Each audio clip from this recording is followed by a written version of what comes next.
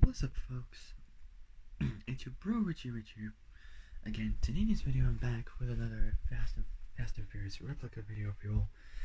Today's video I'm going to be talking to you all about how to build the best replica car from the fourth installment. Today's video I'm going to be talking to you all about one of the greatest all-time special JDM Japanese tuner cars of all time. In today's video I'm going to be talking to you all about a car from the fourth installment, which pretty much had some decent amount of, which this one had like some decent amount of screen time, I would say. And you're probably wondering what car I'm talking about. This is from the fourth installment. Today's video I'll be talking to you all about this, the 2002 Nissan Skyline GTR R34 from Fast and Furious, aka Fast 4 2009. So before I start, make sure you all like the video, subscribe, comment down below what you guys think. So comment down below. Comment down below what you guys think. Hit the notification bell and hit all, so you're alerted when I make brand new uploads. All right. So without any further ado, let's get started.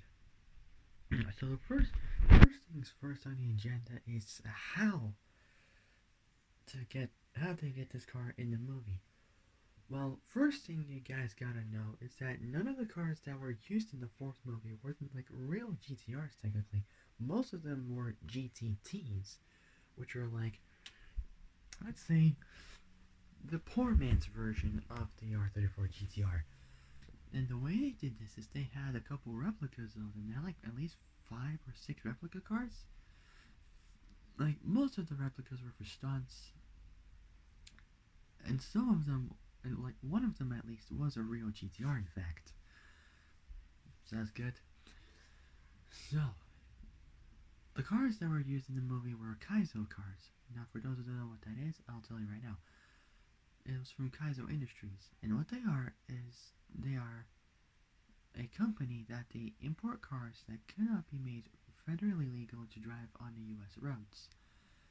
The way they try to get away, but their method of trying to get away with it was kind of odd.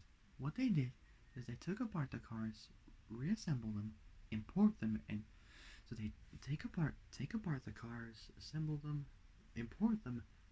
So take apart the cars, reassemble them, import them, and register those cars as kit vehicles. And unfortunately, that did not go so well.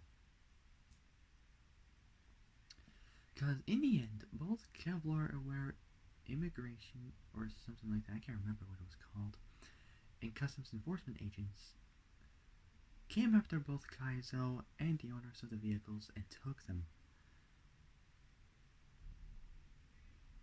And you would be in a lot of trouble if you would get caught with one of those cars or involved with importing them illegally into the U.S. They involved illegally importing them into the U.S. But luckily, we won't have to worry about that at all because the R34s, the GTRs, are legal in the U.S. So thank God for that. So, now let's move on to the next part, which are like the mods on the Skyline. So pretty much I done this before, like long ago. I'd say last year or something. I can't remember. Basically, like the parts that were on the car were the actual parts for the actual Skyline. Some of them like most of them were GTTs. Bear that in mind. Most of them were GTTs because of some of the scenes they had to use. Because for some of the scenes they had to use the GTTs for drifting wise because they were rear-wheel drive, so they didn't have to waste their time removing the front drive shaft and all that kind of stuff. So basically, that was just completely like solved. So what they did was pretty simple. They installed the cars with the E-Spare body kit for like the GTT, and also like they made like some like different like types like of the replicas for the cars, which are essentially almost the same, just a little bit identical. They use like at least five R34s, and one of them was a real GTR. So let's now move on to the parts and the mods that the car had. Parts, mods, well, no difference anyway. So the parts that are on the car are minorly cosmetic. So starting off with the first one is the exterior. So the car had parts from the Nismo S-Tune body kit. The reason I say parts is because the car had the front bumper and side skirts. Because the car had both the Nismo S-Tune front bumper and side skirts, but the rear bumper was left stock. It even has a Nismo NE-1 exhaust, so a Nismo NE-1 exhaust system, Nismo lowering springs, what else? A Matt Sweeney custom roll cage. Say Matt Sweeney custom roll cage, Nismo lowering springs,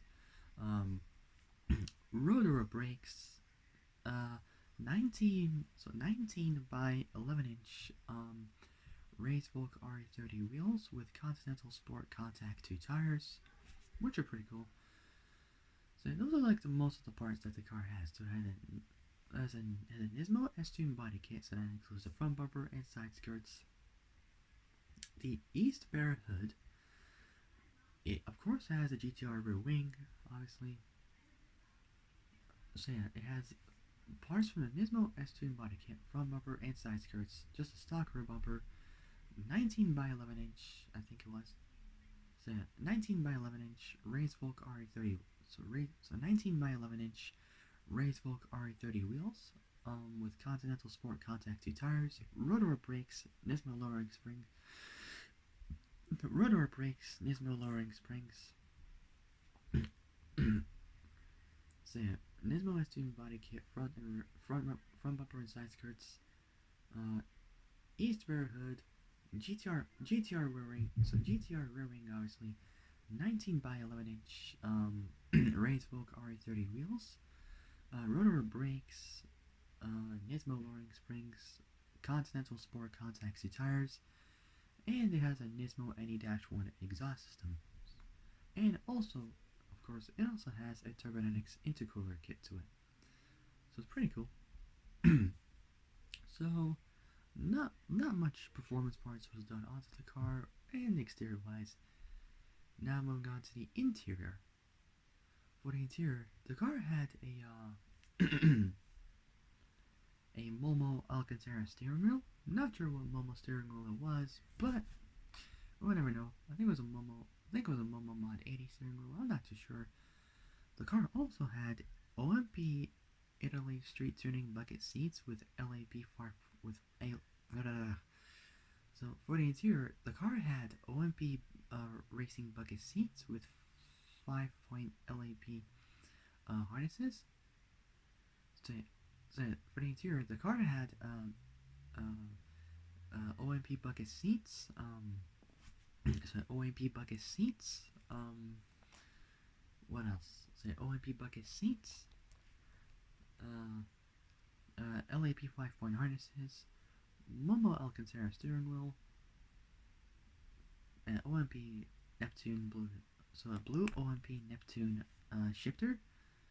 So shifter. Nismo Nurspec pedals. So it has some stuff to it. It had a Matt Sweeney custom roll cage, OMP bucket seats with LAB 5-point harnesses, Nismo Nurspec pedals, OMP Neptune blue shifter, a Momo Alcantara steering wheel. I'm losing track of what parts it had. So it had a Matt Sweeney custom roll cage. So it was like half a roll cage, not a full roll cage. Just on the back. So a Matt Sweeney custom roll cage. So a Matt Sweeney custom roll cage.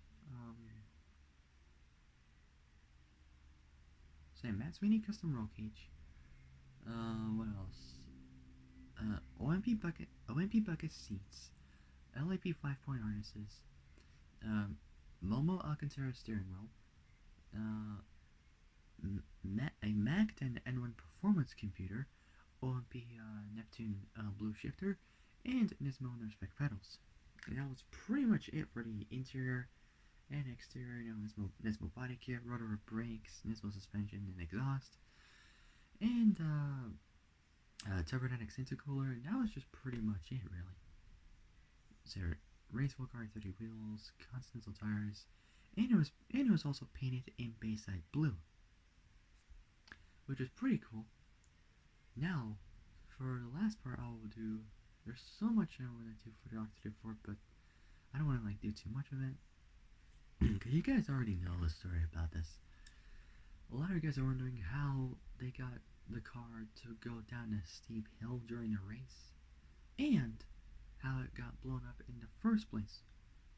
What they did is they used a fiberglass R34 body shell, so a fiberglass R34 body shell, and attached that to a dune buggy chassis with a VW flat 4 motor onto it for two scenes. One, when the R34 was going down a set of stairs, like tumbling down some stairs, like when Brian was trying to correct himself, trying to get back onto the road, from the red line to the yellow line, to the finish.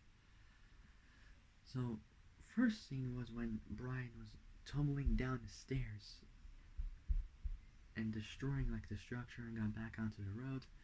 And the second scene was when the R34 actually got blown up.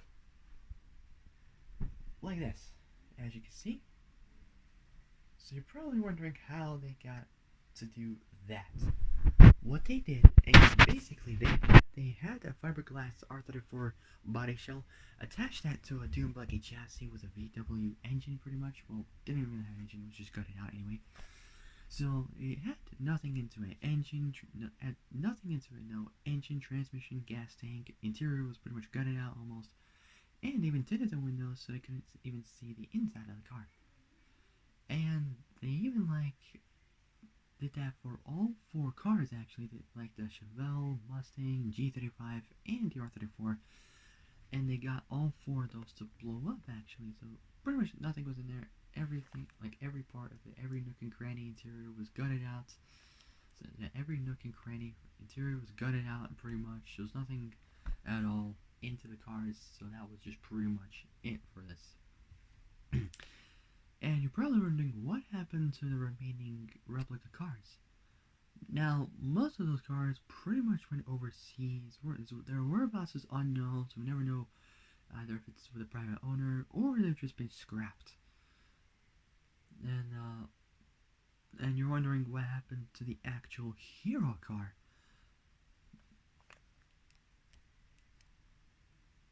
Now for that, the hero car actually is in Germany. So the hero car was actually sold in Germany, and that was the last we heard from that car. So the current owner is taking good care of it. I think it is. It's either that, or it might have been changed hands with a new owner. God knows whereabouts it is, but we'll never know. So, and it was sold for a whopping $1.37 million. It was sold a year after Paul Walker passed away. It was sold in 2014. I think it was. I can't remember if my memory is correct. So if my memory is correct, I think it was sold back in 2014. So, but we'll never know. So yeah.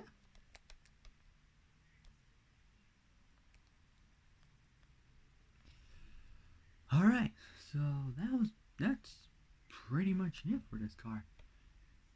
So basically those are all the parts that you need to build a replica version of the R34 GTR. Or if you want, you can get a GTZ, which is pretty much easy because it's got pretty much the same engine mounts and all that kind of stuff as the R34. So pretty much converting a GTC Skyline R34 into a GTR is pretty easy. Just pretty easy, you know? Now people say, literally, it's just super easy to, convert it. Like seriously, it is. It's just super easy to convert, a GTT into a GTR. Just the different fenders and all that kind of stuff, and panel caps and whatnot. So that was just pretty much it, really, of this car.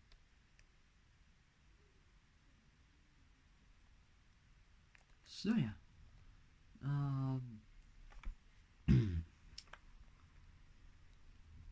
now one day when I have enough cash, one day I would want to buy myself an R34 GTR and convert it to look like Paul Walker's actual movie GTR, the one that Brian O'Connor, his character, drove. So that would be a pretty cool way, to honor Paul and his legacy. And bear in mind, it's been well over like 11 years since he passed away, back in November 30th, 2013. And his character Brian O'Connor is coming back actually to the last installment of Fast and Furious, which is Fast X Part 2, aka Fast 11. I was gonna say Fast and Furious 11, but yeah, Fast and Furious 11, but Fast 11, same thing. And hopefully, just hopefully, that will be the last installment of the franchise. Because literally people are getting sick of, the franchise going on, like wondering when it's gonna end. Well, saying that they're gonna end it, but they're not. I'll admit, I am getting sick of it as well. But nothing much we can do about this, as much as if we can really, but it is what it is. Like, we got no idea when it's gonna literally end. So pretty much the last installment is gonna be released next year, actually, because this year they're gonna be starting filming the new movie. So they're gonna start filming the brand new movie. So that's gonna be pretty cool.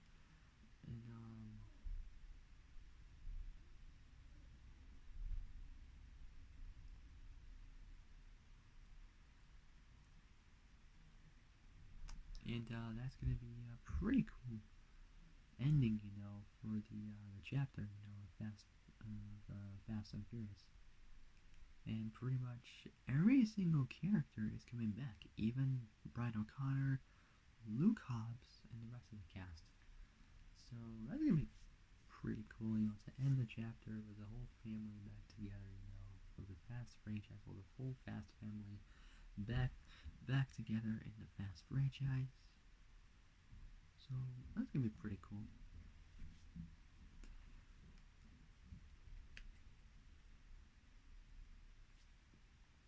And yeah.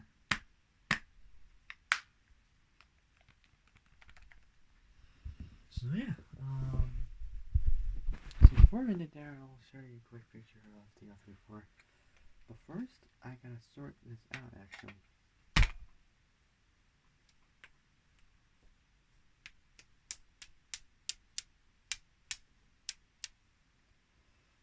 I do this all the time. If the batteries don't work, then I just do that until they work. Sometimes I have to switch them out all the time until they literally work. Because this is what happens every time. All the dang time. The remote doesn't work very well.